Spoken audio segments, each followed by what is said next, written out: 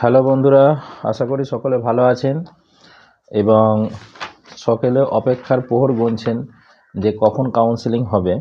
তো আজকে আমি আপনাদের ভিডিওতে সেই কাউন্সেলিংয়ের ব্যাপারে একটু কথা বলবো এবং আর একটা যেটা বলবো সেটা হচ্ছে কত র্যাঙ্ক পর্যন্ত দুটো আগের একটা ডিস্ট্রিক্টে আমি বলেছিলাম, যেটা হুগলি জেলার বলেছিলাম।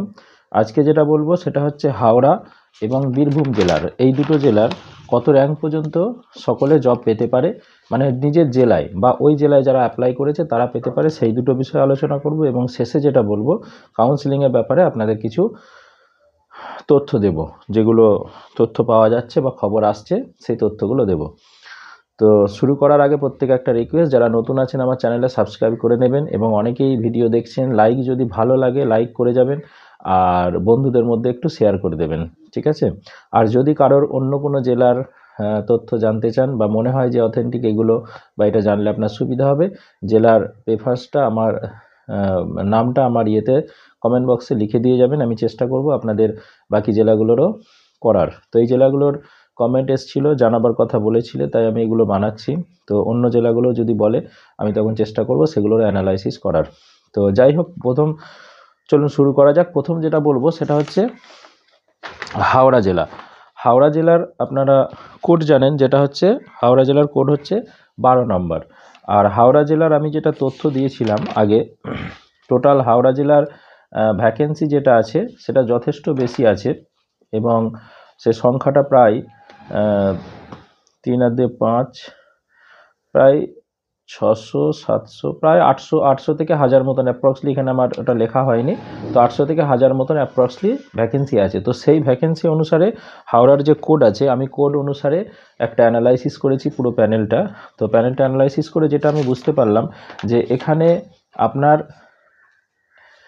1000 র্যাঙ্কের মধ্যে ওই জেলার যে টেটের রোল নাম্বার ধরে 36 জন আছে, 2000-এর মধ্যে 35 জন আছে আর 3000-এর মধ্যে 29। তার মানে টোটাল আপনি যদি ধরেন 100 জন মতন আমি ওই জেলার ক্যান্ডিডেট পেলাম, সেটা general, OBC A, OBC B, SC candidate, তবে ম্যাক্সিমামটাই হয়েছে জেনারেল।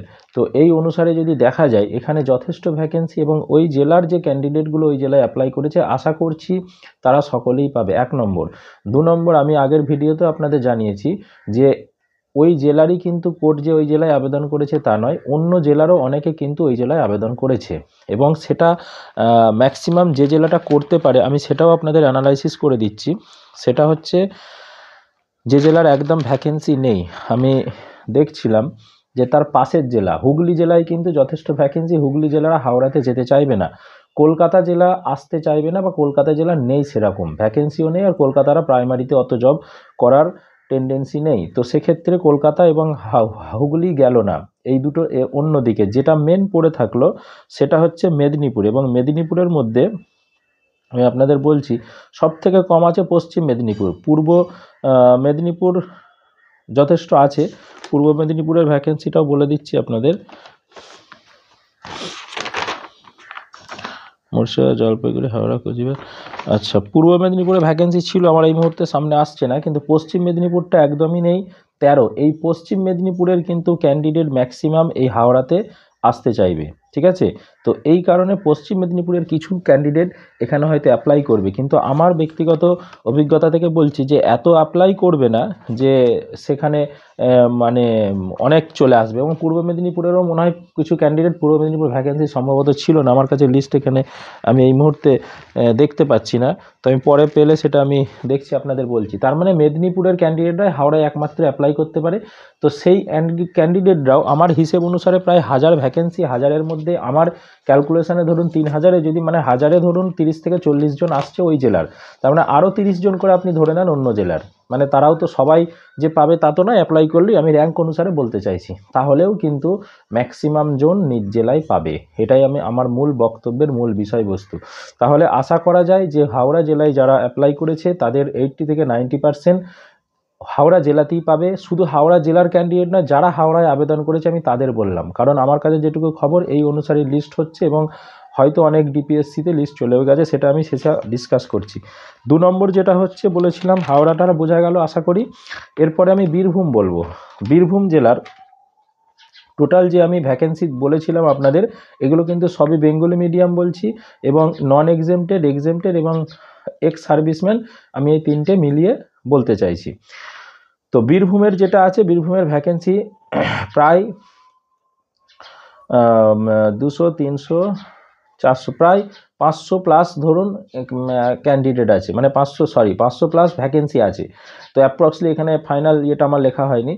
তো এখানে আমি যেটা অ্যানালাইসিস করেছি, প্রথম 1000 যে স্টেট র্যাঙ্ক আছে, সেই স্টেট র্যাঙ্কের মধ্যে 1000-এর মধ্যে আছে প্রায় 73 জন, মানে বীরভূমের শুদ্ধ, বীরভূমের যেটা কোড আপনারা জানেন সেটা হচ্ছে 19 নম্বর কোড অনুসারে 73 জন। 2000-এর মধ্যে র্যাঙ্ক করে আছে 47 জন, এবং 3000-এর মধ্যে আরও 47 জন। গড়ে যদি আমি 60 জন করেও ধরি, 6 3 18, 180, তার মানে নিজের জেলাতেই পাবার কথা।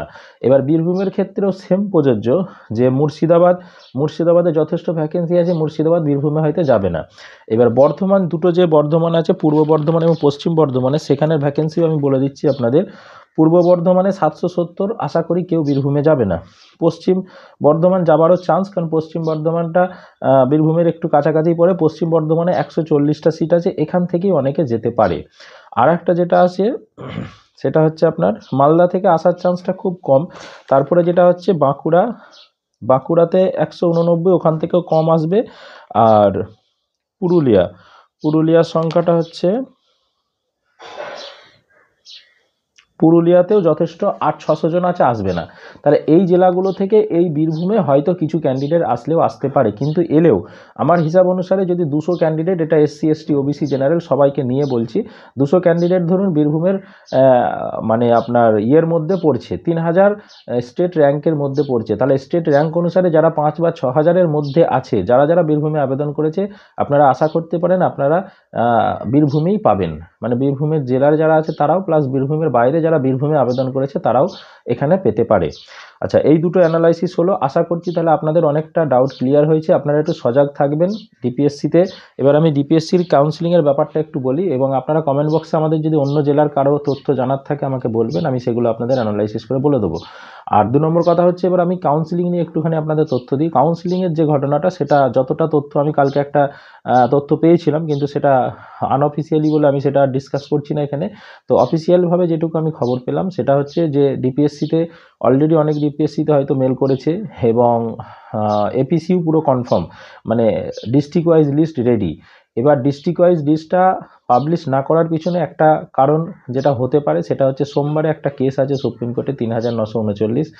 তো সেই কেসটার হিয়ারিংয়ে কি হয় না হয় সেটা হয়তো দেখতে চাইছে, হয়তো মেবি, যদিও 3939-এর সঙ্গে এই প্যানেলের কোনো সম্পর্ক নেই, কিন্তু তবুও বলা যায় না। এই মানে ওই কেসে যারা যুক্ত আছে, বা ওখানে যেহেতু এপিসি ডাইরেক্ট এই কেসটা সুপ্রিম কোর্টে নিয়ে গেছে, তো সেক্ষেত্রে এপিসির একটা মানে স্ট্র্যাটেজি তৈরি করা, উকিলদের সঙ্গে বসা, এটা নিয়ে একটু ব্যস্ততাও হয়তো থাকতে পারে, সেই কারণে যে কালকে কি বলবে বা কি হবে, তো সেই কারণে হয়তো হতে পারে। তো আগামী কাল অর্থাৎ সোমবারে আমি কনফার্ম যে আপনারা তথ্য পেয়ে যাবেন যে কবে থেকে কাউন্সিলিং শুরু হচ্ছে, এবং অনুমান করছি যে মঙ্গলবার থেকে আপনাদের কাউন্সিলিং হবে, এবং এই সপ্তাহের মধ্যে ফার্স্ট কাউন্সিলিং, মানে যেটা 5 থেকে 6000 নিজ জেলায় পোস্টিং হবে, তাদের কাউন্সিলিং শুরু হয়ে যাবে এবং শেষও হয়ে যাবে আশা করছি। অতএব আপনারা একটু অপেক্ষায়, আরেকটু হয়তো অপেক্ষার দিনমোহর দিন বাড়ছে, একদিন কি দুদিন হয়তো বাড়তে পারে, কিন্তু আশা করছি আপনারা আগামী সোমবার অর্থাৎ আগামী কালকে এর সঠিক তথ্যটা পেয়ে যাবেন। সেটা হয়তো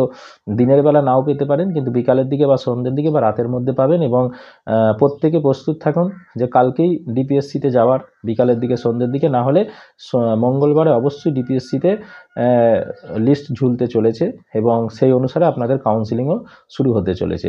এবং এটা ডিস্ট্রিক্ট ওয়াইজ আলাদা আলাদা হবে, যে যার ডিস্ট্রিক্টে আবেদন করেছেন তাকে সেই ডিস্ট্রিক্টে গিয়ে খবর নিতে হবে, এবং সেই ডিস্ট্রিক্ট যে দিন কাউন্সিলিংয়ের ডেট দেবে সেই অনুসারে আপনার কাউন্সিলিং হবে। ওকে, ধন্যবাদ আমার ভিডিও দেখার জন্য। যদি ভালো লেগে থাকে এটা কমেন্ট করবেন, লাইক দেবেন এবং বন্ধুদের মধ্যে শেয়ার করবেন।